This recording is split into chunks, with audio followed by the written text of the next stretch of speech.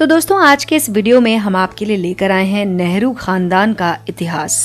हमारे देश में कई राजवंश हुए हैं जिनका अपना अपना इतिहास है। उनके बारे में इतिहास में पढ़ने को भी मिल जाता है, पर हमारे देश में एक ऐसा खानदान हुआ है जिसके इतिहास और वर्तमान को समझना लोगों के लिए कभी भी आसान नहीं रहा।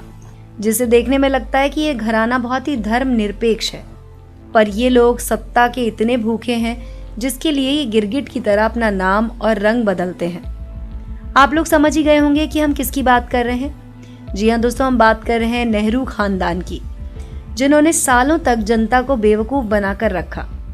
आज आपको दिखाते हैं नेहरू खानदान के इतिहास से जुड़ी बेहतरीन जानकारी जो शायद आपको ना पता हो।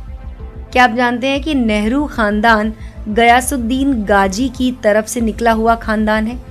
जी हाँ दोस्तों, ऐसा पता चला है कि गंगाधर असल में एक सुन्नी मुसलमान थे। उनका असली नाम था गयासुद्दीन गाजी।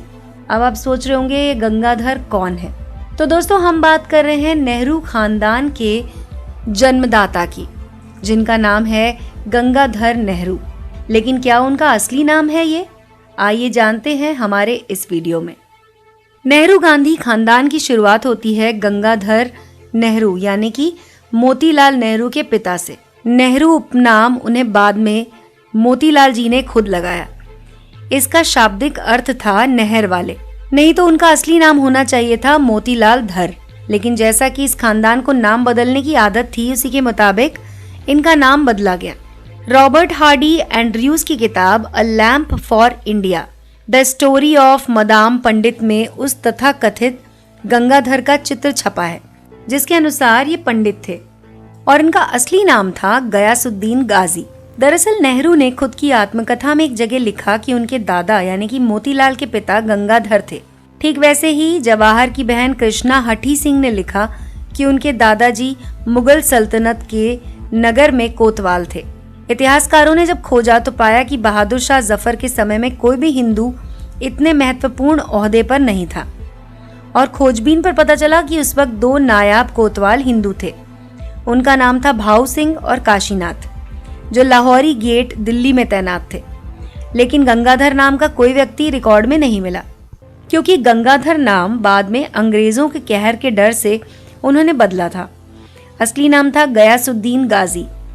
जब अंग्रेजों ने दिल्ली को लगभग जीत लिया था, तब मुगलों और मुसलमानों के दोबारा विद्रोह के डर से उन्होंने दिल्ली के सारे हिंदुओं और मुसलमानों को शहर से बाहर करके तंबू में ठहरा दिया। अंग्रेज वो गलती नहीं दोहराना चाहते थे जो हिंदू राजाओं ने मुसलमान आक्रांताओं को जीवित छोड़कर की। इसीलिए उन्होंने चुन चुनकर मुसलमानों को मारना शुरू कर दिया। लेकिन कुछ मुसलमान दिल्ली से भागकर आसपास के इलाकों में चले गए।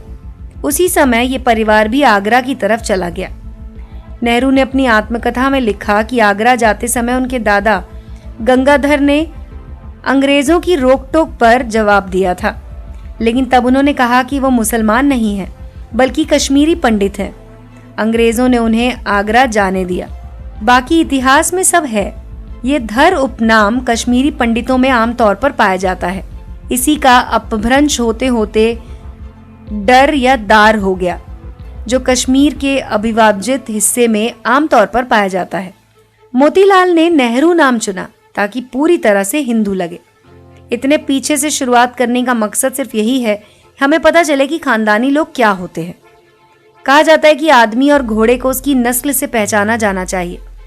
प्रत्येक व्यक्ति को घोड़ा अपनी नस्लीय विशेषताओं के हिसाब से व्यवहार करता है। जी हाँ दोस्तों, संस्कार उसमें थोड़ा बदलाव लाते हैं, लेकिन मूल स्वभाव आसानी से नहीं बदलता। अपनी पुस्तक द नेहरू डायनेस्टी में लेखक के.एन. राव लिखते हैं कि जवाहरलाल नेहरू मोतीलाल नेहरू के पुत्र थे। मोतीलाल के पिता का नाम था गंगाधर। ये तो हम जानते हैं कि जवाहरलाल की एक पुत्री थी इंदिरा प्रियदर्शनी नेहरू। कमला नेहरू उनकी माता, जिनकी मृत्यु स्विट्जरलैंड में टीबी से हो गई थी। कमला शुरू से ही इंदिरा संग फिरोज से विवाह के खिलाफ थी। आखिर क्यों, हमें नहीं पता। लेकिन ये फिरोज गांधी कौन थे? फिरोज उस व्यापारी के बेटे थे जो आनंद भवन में घरेलू सामान और शराब पहुंचाने का काम करता। आनंद भवन का असली नाम था इशरत मंजिल। उसके मालिक थे मुबारक अली। मोतीलाल नेहरू पहले इन्हीं मुबारक अली के यहाँ काम करते थे। खैर, हम में से सभी जानते हैं कि राजीव गांधी के नाना का नाम था जवाहरलाल नेहरू, लेकिन प्रत्येक व्यक्ति के नाना के साथ ही दादा भी तो होते हैं। अधिकतर परिवारों में दादा और पिता का नाम महत्वपूर्ण होता है, बजाय नाना या मामा के। तो फिर राजीव गांधी के दादाजी का नाम क्या था, आपको मालूम है? नहीं। ऐसा इसलिए क्योंकि राजीव गांधी के दादा थे नवाब खान, एक मुस्लिम व्यापारी जो आनंद भवन में सामान सप्लाई करता, जिसका मूल निवास था जूनागढ़, गुजरात। नवाब खान ने एक पारसी महिला से शादी की और उसे मुस्लिम बनाया। फिरोज इसी महिला की संतान थे। उनकी माँ का उपनाम था गांधी। गांधी नाम पारसियों में अक्सर पाया जाता है। विवाह से पहले फिरोज गांधी न होकर फिरोज खान थे। कमला नेहरू के विरोध का असली कारण भी यही था। जी हाँ दोस्तों, राजीव गांधी पहले पारसी थे। ये मात्र एक भ्रम पैदा किया गया है। इंदिरा गांधी अकेलेपन और अवसाद का शिकार थीं। शांति निकेतन में पढ़ते समय रविंद्रनाथ टैगोर ने उन्हें अनुचित व्यवहार के लिए बाहर निकाल दिया था। अब आप खुद ही सोचिए, एक लड़की जो सिर्फ 15-16 साल की है, जिसके पिता राजनीति में पूरी तरह व्यस्त हैं और माँ मृत्यु शैया पर पड़ी है, थोड़ी सी सहानुभूति मात्र से क्यों ना पिघलेगी और दूसरी तरफ आकर्षित क्यों ना होगी। इसी बात का फायदा फिरोज खान ने उठाया और इंदिरा को बहला फुसलाकर उसका धर्म परिवर्तन करवाकर लंदन की एक मस्जिद में उससे शादी कर ली। नाम बदल दिया गया मैमूना बेगम। जब नेहरू को पता चला तो वो बहुत लाल पीले हुए, लेकिन अब क्या किया जा सकता था। जब ये खबर मोहनदास करमचंद गांधी को मिली तो उन्होंने नेहरू को बुलाकर समझाया। राजनीतिक छवि की खातिर फिरोज को मनाया गया कि वो अपना नाम गांधी रख ले। ये एक आसान काम था कि धर्म बदलने के बजाय सिर्फ नाम बदला जाए। तो फिरोज खान बन गए फिरोज गांधी। तो दोस्तों, सत्य का जप करने वाले और सत्य के साथ प्रयोग लिखने वाले गांधी ने इस बात का उल्लेख आज तक कभी नहीं किया और फिर भी वो महात्मा कहलाए। खैर, फिरोज और इंदिरा को भारत बुलाकर जनता के सामने दिखावे के लिए एक बार फिर से शादी कराई गई ताकि उनके खानदान की ऊंची नाक का भ्रम बना रहे। इस बारे में नेहरू के सेक्रेटरी M.O. मथाई अपनी पुस्तक reminiscence of the Nehru age, जो भारत सरकार द्वारा बैन हो चुकी है, उसमें लिखते हैं कि पता नहीं क्यों नेहरू ने सन 1942 में एक इंटरकास्ट और इंटर रिलीजन विवाह को वैदिक रीति रिवाजों के जरिए अनुमति दी, जबकि उस समय वो अवैधानिक था। कानूनी रूप से उसे सिविल मैरिज होना चाहिए था। ये तो एक तथ्य है कि राजीव गांधी के जन्म के कुछ समय बाद ही इंदिरा और फिरोज अलग हो गए। तलाक नहीं हुआ था। फिरोज गांधी अक्सर नेहरू परिवार को पैसे मांगते और परेशान करते। नेहरू की राजनीतिक गतिविधियों में हस्तक्षेप भी करने लगे। तंग आकर नेहरू ने फिरोज का 3 मूर्ति भवन में आना जाना बंद करवा दिया। मथाई ने यह भी लिखा है कि फिरोज की मृत्यु से नेहरू और इंदिरा को बड़ी राहत मिली। 1960 में फिरोज गांधी की मृत्यु रहस्यमय हालात में हुई, जबकि वह दूसरी शादी रचाने की योजना बना चुके थे। कुछ सूत्र तो ये भी कहते हैं कि श्रीमती इंदिरा गांधी का दूसरा बेटा यानी कि संजय गांधी फिरोज की संतान नहीं था। संजय गांधी एक मुस्लिम मोहम्मद यूनुस का बेटा था। संजय गांधी का असली नाम दरअसल संजीव गांधी था, अपने बड़े भाई राजीव गांधी से मिलता जुलता।